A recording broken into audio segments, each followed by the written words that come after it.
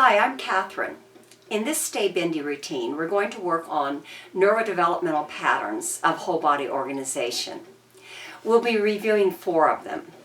The first is core distal connection, where the center of the body connects to the edge as we shrink and we grow, like a starfish. The second pattern is head-tail connectivity, head down spine to tailbone, the movement patterning of the fish level of development. The third, like an amphibian, differentiates upper and lower body.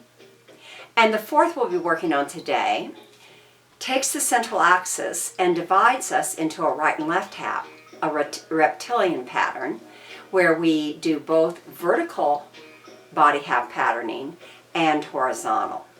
So we're going to begin just with comfortable clothing and a mat, lying down. And we'll take a moment and establish the feeling through the breath of the body shrinking to center and growing to edge, which forms the basis of the core distal pattern. So just take a moment and sense your own breath as you shrink to your body center and inflate to your body edge.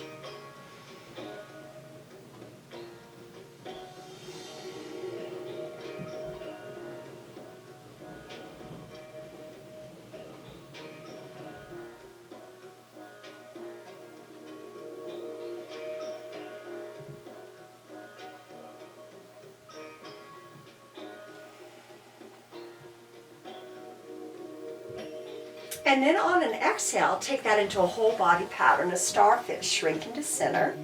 And then from center, spoke out 6 paths. Head, tail into the spine, creating a vertical axis. Arms and legs, the cross diagonals. And we continue that. Exhale, shrinking, and inhale, growing.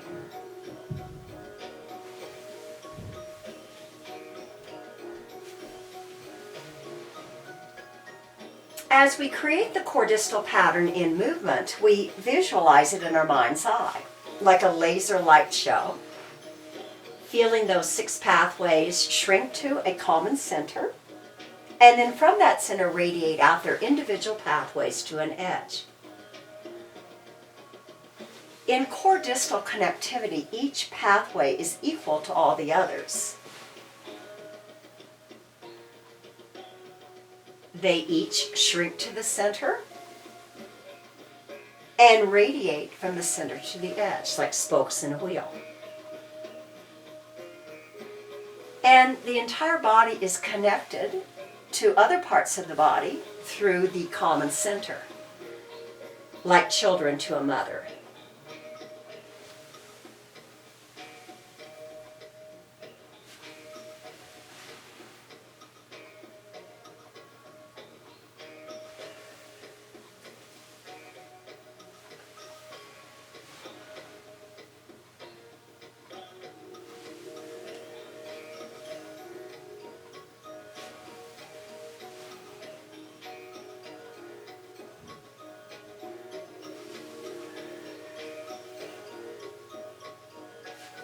We'll do one more starfish.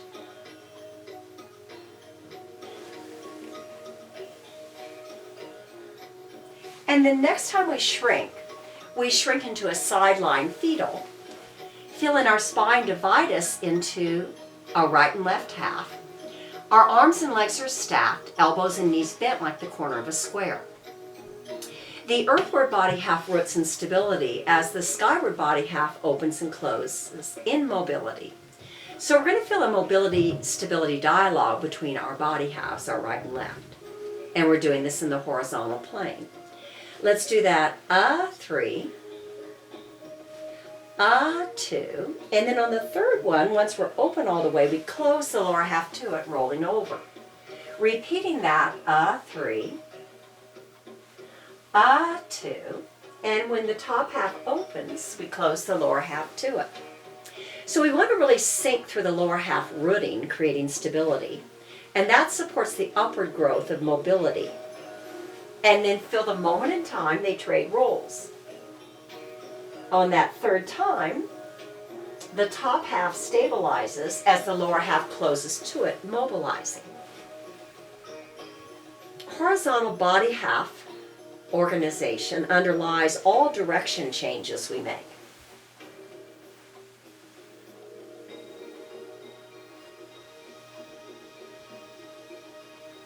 Now let's roll each time. Let's open the top half and close the lower half to it. Inhaling as we rise, exhaling as we sink. Feel the underlying exertion recuperation rhythm as we activate lifting through gravity, and as importantly, we release and drain into the earth, letting the earth support us as we recuperate.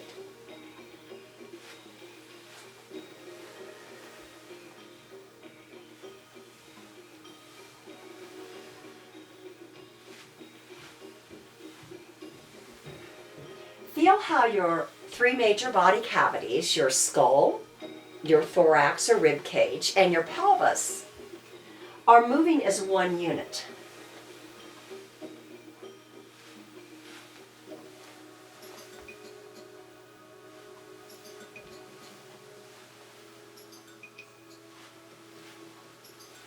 Now we'll move on when we get to our side again.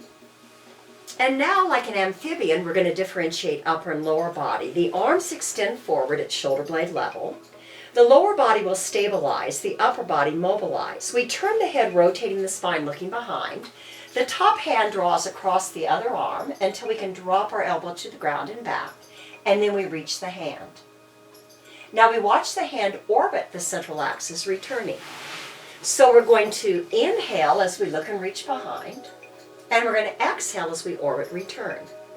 Here we feel a spoking spatial cohesion as we spoke the pathway through the central axis. And now we revolve around the central axis, orbiting in a peripheral spatial cohesion.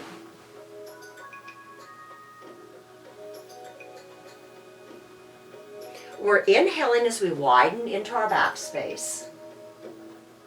And we exhale as we're narrowing into our front space.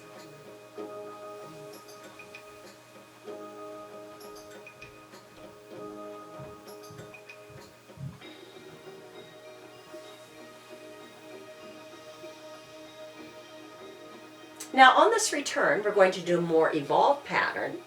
This time, the hand remains on the floor as it orbits the shoulder overhead to return. When we begin the orbit, the palm is up and the thumb edge of the hand is leading. As we pass overhead, we rotate palm down and let the little finger edge of the hand lead on the front half. Doing that, we sense a gradated rotation of the arm in the shoulder.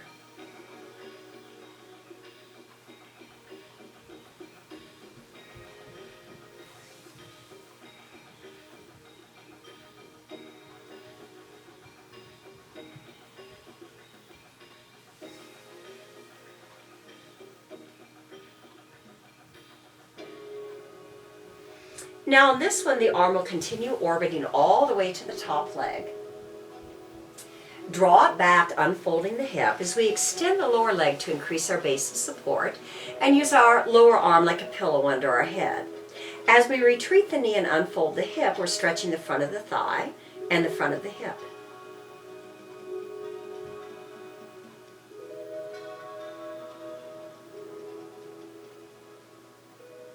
The top leg drifts high as we roll to our back. We draw the other leg under it and draw the legs chestward until we feel hip opening.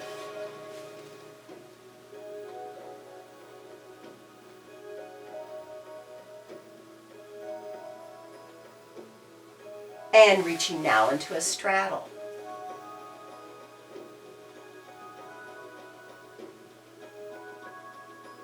Now, we'll still differentiate upper and lower, but we're going to switch roles. Now the upper body will stabilize. The lower body will mobilize as we counter-rotate the pelvis around the central axis. So we want to anchor the tailbone under the head to maintain that stable axis around which we rotate. Let's fold one leg. Now the hips stay abducted, the legs stay apart, they don't move in and out. And the top front hip bones, the ASIS bones, initiate. One advances to cause a rotation, and then the other one advances to reverse that rotation. And we just continue that to and fro rocking of the pelvis, initiated by each ASIS bone advancing. The other responds and retreats, and then they switch roles. Now we'll put this into a pattern. Let's rotate for 5, and for 4, and 3, and 2, and each time we get to 1, let's switch the straight and bent leg, and continue the pattern.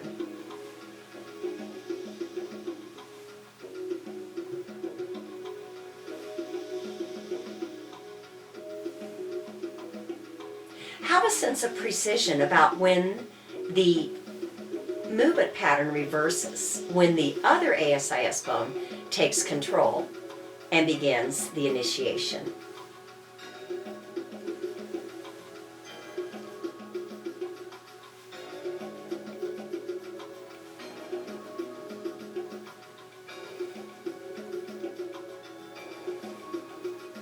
Now this time we'll progress the pattern. We're still going to count the rotations from 5 and 4.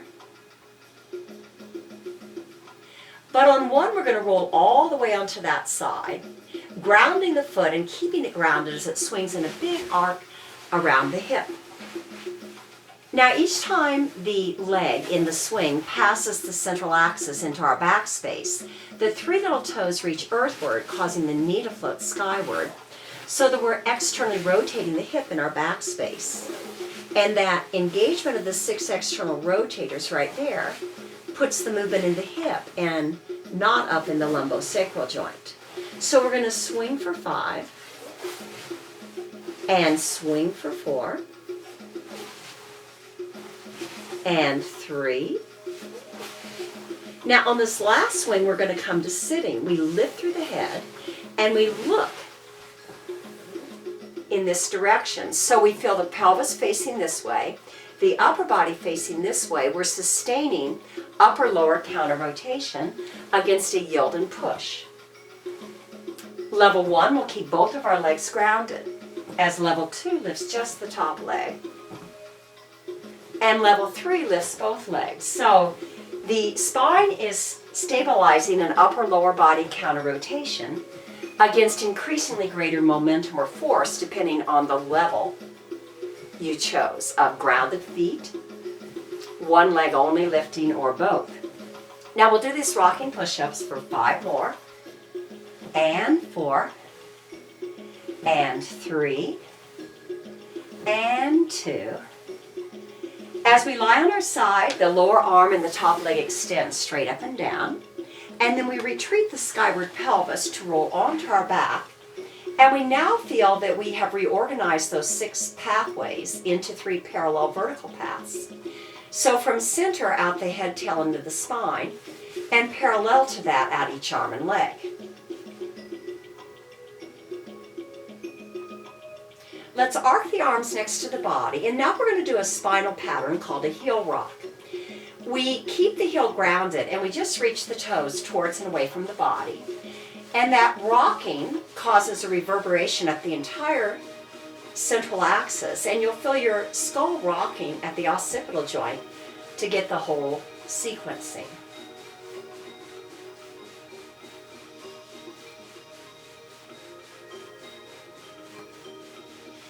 So from here we're going to have the arms cross the midline rising to overhead. Next, arcing side to shoulder level, and we're going to do another body half organization, changing base of support from back to front line position. So the fingertips lead, they spoke across the central axis, and show strong spatial intent as they keep reaching into side space, causing us to roll to front side facing down. And now we return, the fingertips reach until we're on our back side again. Let's do that twice more. Let the fingertips lead and the rest of the body cooperate.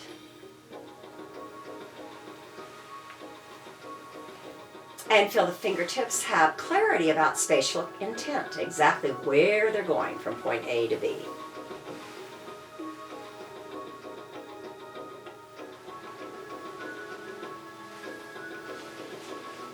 And then again, arms cross the midline rising. Arc side and down, and then we just try the same thing on the other side.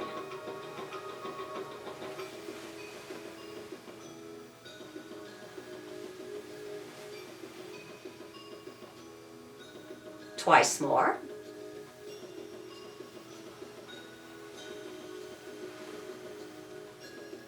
And don't let any other body part take over.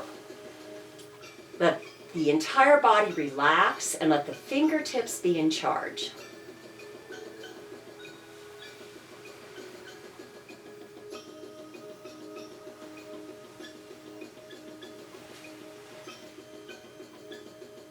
And then we begin the entire sequence again with starfish, shrinking to center and spoking to edge. Exhale, shrinking. Inhale, growing.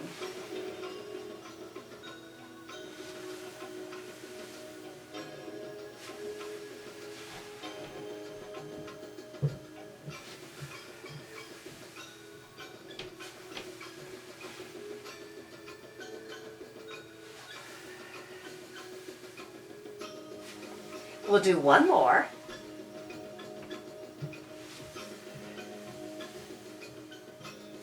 And then on the other side, we shrink into side lying fetal for horizontal body half organization.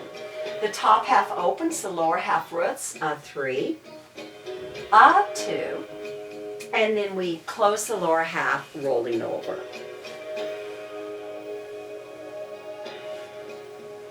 Notice that the arm and leg on the same side of the body, either right or left, behave identically to one another. It's a homolateral or reptilian body level organization, where the side of the body can behave alike, but it's not intelligent or evolved enough to behave differently, such as we do in mammal patterning, where we can have different things happening at the same time. Here, the arm and leg on the same side of the body act the same. Now we'll roll each time, opening and closing. Feel your inhale lift you through gravity, and on your exhale, relax and drain into the earth, letting go. Exerting and recuperating.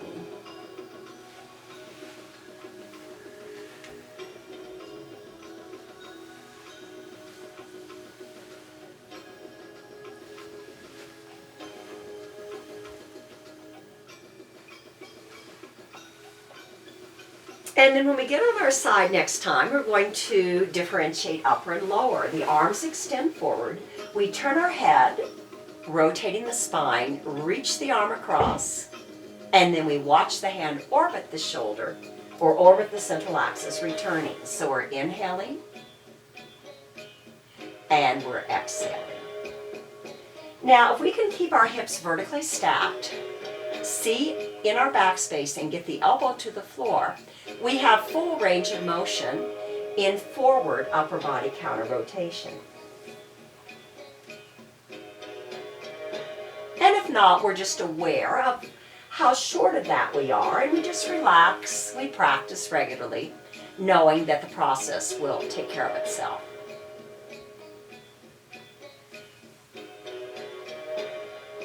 When we're ready, we change the arm pattern to orbiting the shoulder overhead.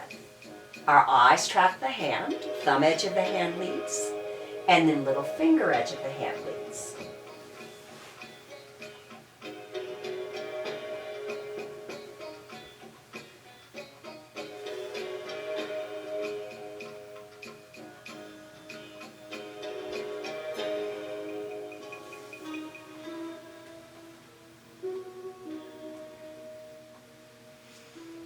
Now this time the arm will orbit all the way to the top leg and draw it back, unfolding the hip. The lower leg will extend, increasing our base of support, and we're stretching our quadriceps and hip flexors.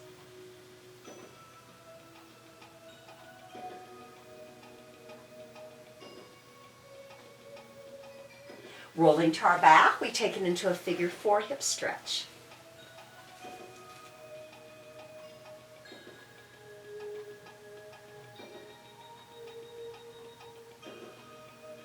And next into a straddle stretch.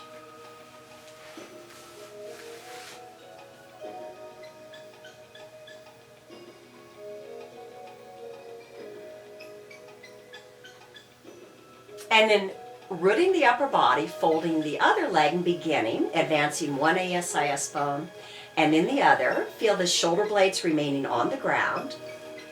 Feel how close the outside of the upper leg bone gets to the floor on each side, keeping the opposite shoulder blade grounded.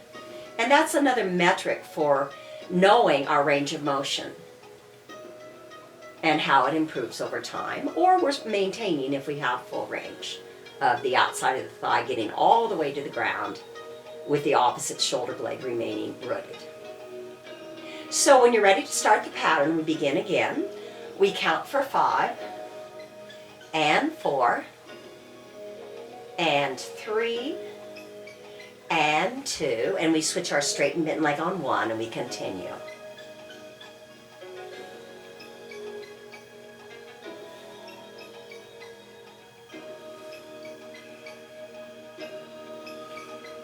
The line of movement between the body and the mat feels like a soft massage, like we're sinking the pelvis into warm sand.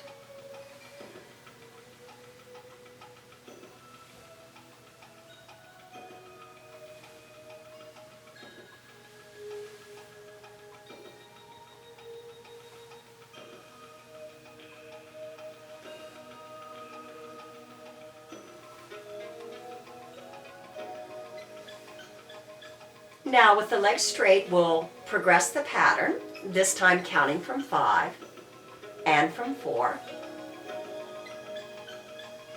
And on 1, we roll all the way onto our side and we begin swinging the leg around the hip.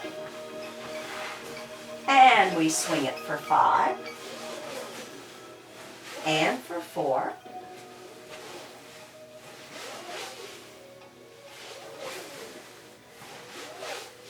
And on the last swing, looking into our back space, we rise and we begin our rocking push-ups, counter rotated upper and lower body, stabilized. And we're going to do this for 4 more, and 3, and 2, and 1. Lower arm, upper leg extend. We retreat the top pelvis, rolling to our back again. And the arms come down and we begin reaching the toes, rocking.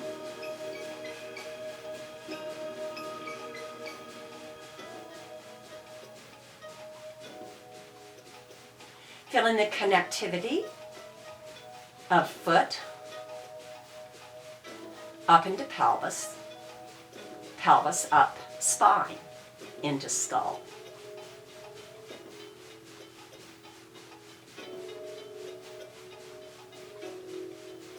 And then we continue inhaling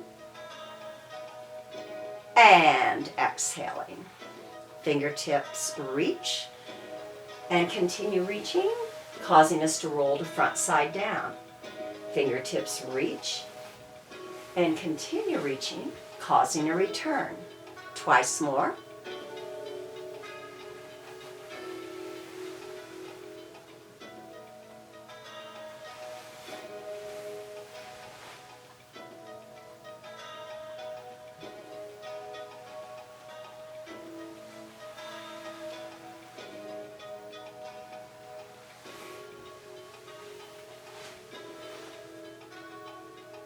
And now let's bend the knees and ground the feet a little bit wider apart so the knees can rest in on each other.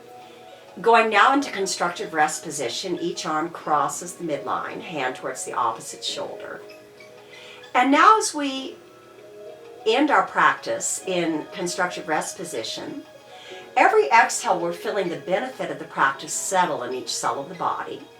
There it creates a memory or a trace form that will continue to inform our movement throughout the day. As we live our lives and our motor patterns go below the level of our conscious awareness, they will be very pristine and clear because of our practice.